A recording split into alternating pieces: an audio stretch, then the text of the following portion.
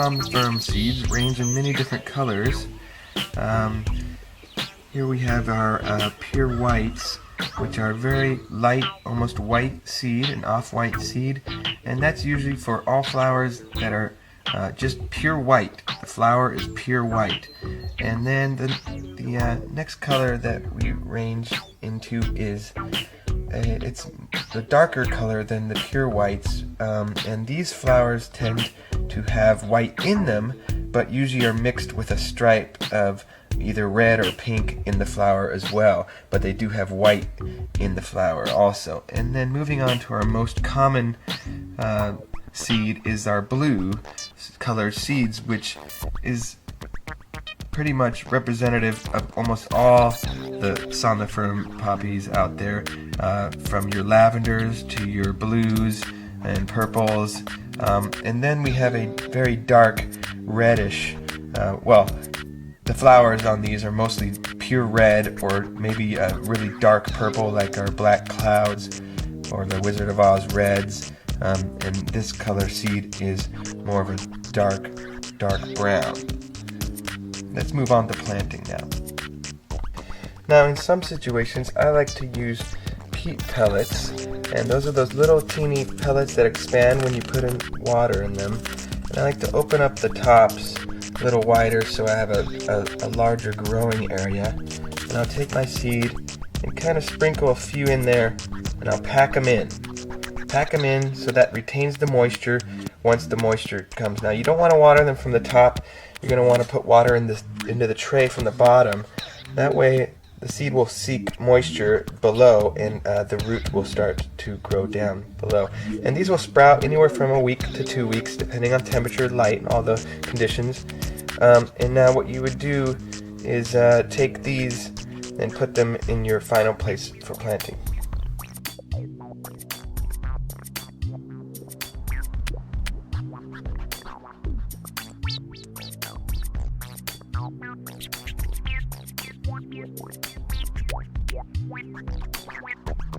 Now once your seeds sprout, you want to take your peat pellet, stick it into, I've got soil all under here. This is all the earth, and I put weed block down around it, and I cut holes, and I've got soaker hoses in there that will also water them. And once they start sprouting, you could leave a few on each pellet, and as they get bigger you want to thin out the smaller, weaker ones. And when I say thin, I just mean kill. Just pull them out, and you usually want to just leave 1 or 2 to each pellet, so that later when it gets older it will eventually grow into a little bit bigger of a plant. And this one's a different one. It's got copper tape around it for the slugs. You want to be careful of slugs and birds. Birds will eat the seeds before they sprout.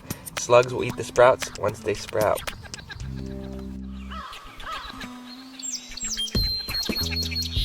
This is just a regular storage bin. This is the bottom of it, and right here is the lid. This is the lid that snaps on to the top of this bin. Basically, we're going to use this as a mini greenhouse to protect your seeds from birds and slugs and outdoor temperatures. So what I do is I leave this out day and night. Before I do that, I'll pour water just in this little lid here and simply use this upside down as a greenhouse. And it even snaps in like that to secure it. First, before you plant any seeds, soak your pellets. So use this, pour a bunch of water in it, doesn't matter how much, and throw your pellets in there, let them soak overnight and soak up all the water that they can. Then transfer those wet pellets onto the lid and do your planting. Sprinkle the seeds onto each one and kind of press them into the tops. It's about a 2-week period or so that it takes for them to sprout. There's a bunch that sprout. You never know how many are going to come up. So eventually you're going to want just 1 per pellet that you put into the ground. you're going to want to thin these as they come up, and once you get a few sprouts going, let it dry out just a little, not too much, just so that their root systems will start gaining strength, because these are designed for roots to grow right through this little outer layer here. And there's other bigger organically made pots that you could put them in from here that you could plant right into the ground also, without taking them out and disturbing their root system.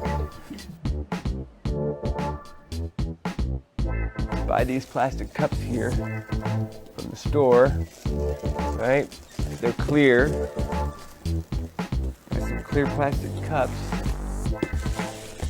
And these will be my new greenhouses that I'll use for each one of these. Once they go into the ground, I'm gonna put a plastic cup on top of it, and I'm gonna cut a couple little holes on the top to let some air exchange, carbon dioxide. Put the cup down and weigh it down on with a rock or something, or just secure it in the soil real well, and this will keep them protected. Now, you don't want to plant all your seeds in one basket, is what I like to say. Like I said, depending on where the seed you got grew and what the climate was there will depend on how it grows where you live. Now, you might want to start some indoors with peat pellets, the way I just showed, and then transfer them outside, but you do run the risk of them stunting if they, for some reason, depending on the temperature, the season, and where you are, sometimes poppies get stunted when you bring them outdoors from the indoors. They just stop growing for some reason. So sometimes I like to plant them in pots with this, it's like a garden fabric you could buy that actually has pores in it that'll let water in. And then this will protect it from birds eating the seeds and slugs.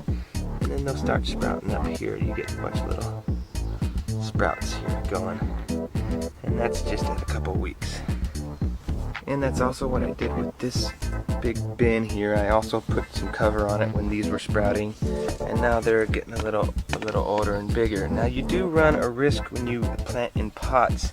For some reason, there are certain types of poppies, depending on their strain or where they originated from or what kind of soil they were grown in, from the person who you grew it before you. Poke them and it still looks natural, and get the seed out without having to drill a hole in the top.